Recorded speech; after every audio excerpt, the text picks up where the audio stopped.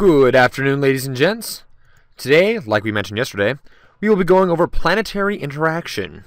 This is a way to make passive income with the EVE Online game. This would definitely help, and it probably would have been a much better idea to set this up on day one. Now, we're kind of limited in our planetary interaction. There's a number of skills that reflect to this. We'll go down to planetary management, planet management. There's 5 skills we get. Makes it a little bit bigger. Advanced planetology, that's a skill above and beyond. Now, remote sensing. Remote sensing doesn't say we can't train it on a trial account. So you could do remote sensing. I would rather see it a waste of time. If you want to go for it, go for it. But I wouldn't. The reason why? It allows scanning within a light year, within 3 light years. We can just fly to the systems and save the time off training this skill. If you want to train to 1 or 2 skills and be able to see for a little ways, sure, but we're putting down a single command center because we won't be able to train interplanetary consolidation. We cannot be trained on trial accounts. Now, another one we can't train. All the rest of them we can't train. Planetology, understanding of planets, so we get the better resolution for when we see the scan data, and we'll look at that in a second here. Command center upgrades lets you upgrade the capacity, both power grid and CPU, of your command centers, letting you put more things on them to harvest resources and to making them better products. And advanced planetology is planetology except better. Yeah, further increases the resolution of resource data when scanning a planet to allow for very precise surveying. On my main account, I don't even have most of these skills trained. I have command center upgrades and interplanetary consolidation, to both of them to 4. But for the rest of them, I really don't have much. I think if time at planetology, maybe, not 100% sure. Not a super big PI guy, but we're going to try it because we have worked with it before. So, those are the skills to fly it. Command centers are big. By size, they're just big. For this round, what we're looking at developing, and I'll show you guys how we chose that, we're going to go with the Lava Command Center. Like I say, this one's about 101,500. Really not much. Not much when you've been playing for a couple days. Now see, volume is 1,000. We have to fly this to a planet in a ship. 1,000. Our little magnet does not have any open cargo hold. We have 400. Destroyers don't have that much. Cruisers don't have that much. There are a few ships that do. It's pretty much just industrial ships that have that big of a cargo bay. You could find one with like a 6 or maybe an 800 cargo bay and put a bunch of cargo bay expanders in the bottom and maybe be able to fly it over. But that ship would probably be more expensive than what we're going to try to do here. Because you'd have to be looking at cruiser, and cruisers are looking at like 10 million, roughly, ISK. Now, what we did is we went to go, there's a specific ship. It was a special edition run, and it is designed for planetary interaction. That is its sole purpose. So it was a special edition ship, though. So we have to go special edition ships in the ships tab. We'll run down to a special edition industrial. It's called the Prime, or however you wish to pronounce this. It is specifically designed for planetary action, PI. PI can either stand for planetary action or it can stand for passive income, though planetary action is a part of passive income, but most people will just refer to it for planetary interaction. So we just picked one up yesterday for 4.7 million. Now, they're not too bad. The nice part about this ship is there's no requirements to fly it. It's the only ship that I know of about this, besides the rookie ships, that don't require any skills to fly. It's a fairly decent sized ship. I'll switch to it over here. I have to assemble it yet. Bring on my ship hanger. It'll be sitting over here. We'll click on it, assemble ship, and we will click on it and hit make active. I'll minimize this out so you can see the size difference. This is a much larger ship. We'll look at the exact size. Looking at 859 meters long. Quite a distance for being able to fly it on day one. So, what we're going to do now is we're going to go back into here. And side note, we bought 200,000 missiles. They're worth 11.7 million. So we're going to go check the market details. People are selling them for 59.99 in station. So we're going to sell it for 59.98. Now keep in mind we picked these up at about 51. Yes. Yeah, we picked them up. Right about here, about 51 is we paid each. So we're going to sell each of them for 59. So we'll put it back into 51. We spent about 9.9 million on these. Now we'll put it in for the new sell price. We're gonna make 11.7 off of this. We'll make almost 2 million ISK off this. which is just me money. Our money is working for us as we go. I did cancel the other order. I was going to buy a cruiser, but I didn't end up actually buying the cruiser. So what we can do is look into other things in the market. Another good thing to look at is materials, especially planetary materials. And this is where we found out by going into process materials. It's the second level. You use raw materials you can extract from the planet, and you build them into process materials. After process materials, it goes into refined commodities, specialized commodities, and advanced commodities. Advanced commodities can sell for $1.5 million, sometimes only 800,000. What was one? The Wildware mainframe sometimes at one point in time went for like 2.5 million for a while. It was for a week or two. They were going for that high, and it was chaos on the market for those. Anyways, raw materials down here, they sell for like 3.2, 1.62. They really don't sell for much. Now, the one we're going to be looking for, where non-CS crystals is what we're going to be going. But we're not going to just sell non-CS crystals. We're going to process them into, where's my little scroll bar? Where was it? Scrolling up. Chiral Structures got the best price of all the T2, second tier, planetary interaction materials. The best price each. The market's staying pretty stable where it's at. It's like 490, just shy of 500. And there's a number of people selling them.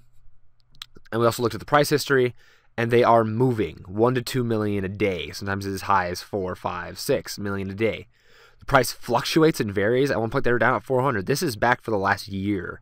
So we can look back and see in June, July, the price for these had dropped to 400 from 750. It at one point in time was quite high.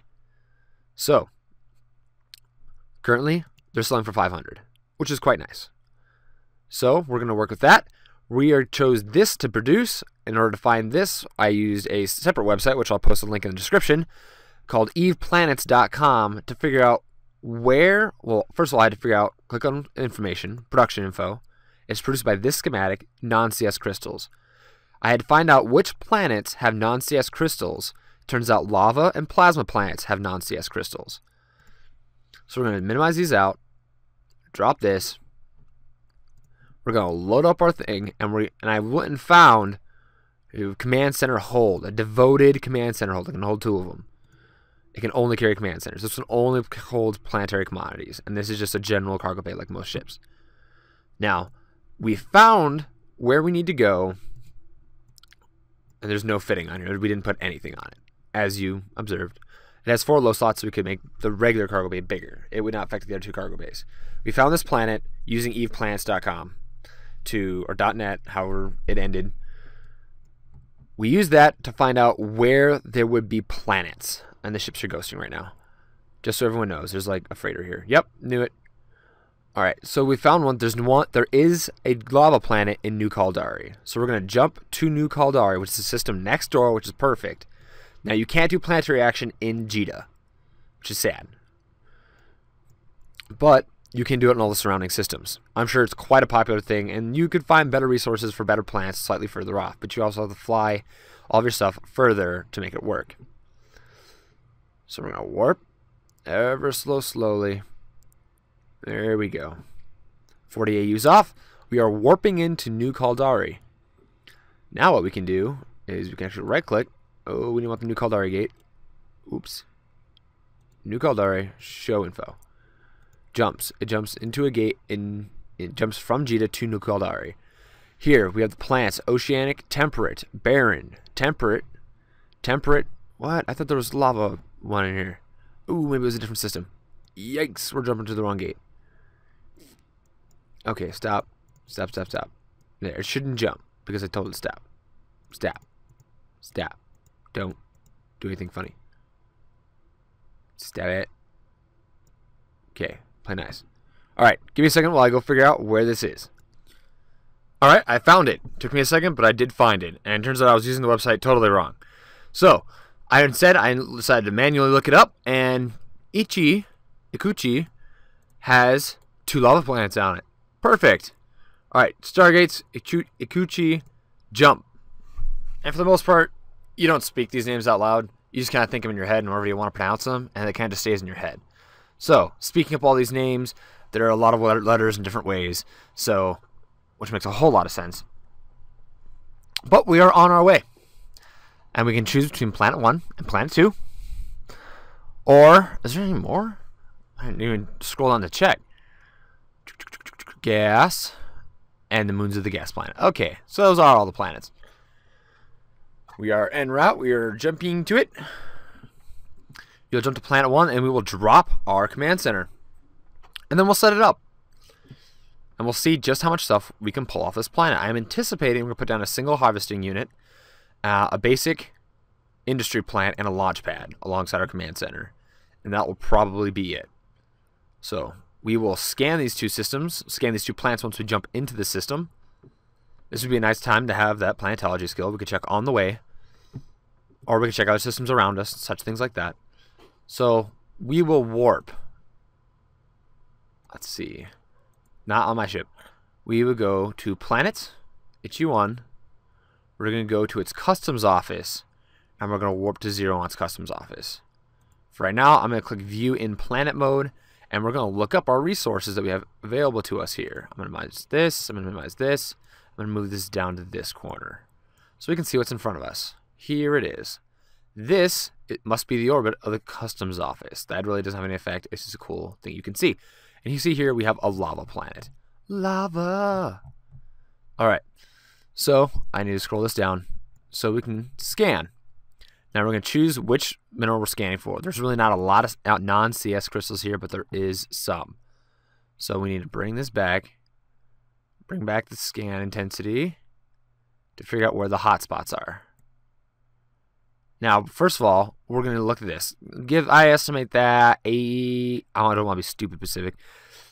15 to 20%. We'll go with that. I was going to say 18%, but that's being really specific. So we're going to exit out of this. We're going to go to Planet 2. We're going to view this one. How much non-CS crystals do we have here? About the same, I think less. So we're going to stick with Planet 1. Go back and view in Planet mode. Now, I have a command center I can drop. It really doesn't matter where I put the command center. It should be fine. But we're going to go to non-CS crystals and we're going to find these hotspots. We have a small one here. A bigger one here. That's really looking to be the best one, our best option currently. I definitely think so. Yep. After looking at the whole planet, that is our chosen spot. Alright, so we're going to zoom in down here. And we're going to change this to give us the most precise spot we can. You can see there's actually a very faint layer here. But we got this little dot, pretty much, and this is where the intensity is going to be. So we're going to go ahead and build. We're going to drop our command center, a lava command center. We'll just drop it remotely close. We'll stick it off to the side a little bit. And we can submit that before we can build anything else. Now the command center's down. It's down here. It's doing fine. Now we're going to build, first of all, a spaceport, a lava launch pad. And we're going to build it relatively, we'll probably just put it right next to the command center. So we'll put that right here. And we cannot construct a launch pad because it would dangerously overload the power grid here. So we can't have a launch pad. Well, we can launch things manually. That's going to be kind of a pain, but we can do it. We'll put on a lava extractor unit. Probably want to put it relatively close to the middle because this will shift over time, this hotspot. So we put it relatively close. We're going to submit that. It's taking up half of our power. But extractors are power heavy. So we're going to survey for deposits. We're going to install a single head. We'll close out of this for a sec. We will submit that we did install this on here. We'll only put a single head on it right now. You have a lava basic industry facility that we're going to stick about right here. Submit that. Now we're going to go to storage facility, and we're going to use a lava storage facility. We're going to stick it right in between all of them. We're going to submit, and now we're going to come down to planetary links. We're going to link these three together. Create link, here, submit, create another link between here and here. We're going to submit this. All right, the reason I didn't directly connect the extractor to the product producing thing, where this will take the minerals and make them into better things. The reason I didn't directly connect those is because this will produce, usually, it might not, but it usually does, and it helps. It'll grab more materials than this can use. Any extra that this produces that this doesn't use, if we don't have a buffer in there somewhere, it will just be deleted. it won't exist and we'll lose those resources. But if we just port into here, it takes a little second to get started, but it works better definitely in the long run. We can build here better. And also we can hook up multiple industry things and multiple extractors to a single unit here, and you build it all faster, and that'll be very productive for us. Now, so I go into storage here, and I think I can launch them from my command center. Yes, I can launch from my command center. So what we're going to do is we're going to create another link from here to here. That'd be easy enough. It's a shorter distance. It could connect here to here, because this will be putting resources into the command center to be launched. All right, so we're going to go in here. We are going to survey for deposits. I'm going to see if I can install an extra head. We'll install a single extra head for now, which we'll have to move. In our processor, how much CPU will an additional processing unit take? Too much. All right. So we'll exit out. Ooh, that is not what I wanted to do. Back to Planet 1. View in Planet mode. All of this costs ISK. So we spent a couple 100,000 ISK so far putting these systems down. We're going to come in here. We're going to select a schematic. We want the chiral structures. I guess I can speak today. We're going to install this. It takes 30 minutes to build something. We have to click on it. We have to create the route. And we're going to send all of these to the command center. So create that route. Now what we're going to do here is once we get stuff into the storage, and we'll just have to run for half an hour before, or 15 minutes I think, maybe half an hour, before we get it into the storage. Alright, so we can have three resource extraction heads on here. So we're going to have to be able to move. We want to choose non-CS crystals, and it will tell us, the map will pop back up, and we will be able to move these around. We want to get them as close as possible. If you want to make the most efficiency, like the most materials off this, the fastest, you will keep your extraction area size down to 1 hour. But that does mean you have to restart it every hour. It'll run 4 cycles at 15-minute cycles. It's always a 15-minute cycle, but it'll run you have to come back and reinstall the program every hour, but it will get resources the fastest. I personally will not be back to my computer immediately, so I'm going to crank it out to, let's say, about 5 hours. I'll be back later this evening to work on this, and we'll crank it out to 5 hours. And you can see it varies. It gets a little more resources through here, and then it comes back down. But these are touching. They can't touch. You do not want them to touch. So we'll get them just far apart enough not to be touching, but be as close as possible on, get some red numbers. Okay, they're all gone. These are the highest numbers we can get off all of these. So we're going to go ahead and install this program. Now, he is inactive in edit mode. We have to hit submit to bring that forward. You'll see a small little sliver start around this icon in the center. Where is it? And he's 8 seconds into a 15-minute cycle. He'll be pulling out 2,161 units, which will be funneled. We need to go to products. We need to route these into the lava storage facility. Submit that. So when he gets done producing them, they go into here. Now, once they get into here, we don't have anything yet, so we can't create the route. We have to wait 15 minutes for him to put resources into the storage bin. Once we get those into the storage bin, we stick them into the basics facility. That is when we will, and then it will produce them, and then it will send them into the command center. Once we get them in the command center, we hit launch. It'll have store load in here. We'll bring it down here. It'll tell us how much the launch will cost. We go for launch, and after the launch, in our journal, and it will tell us how to get a hold of this.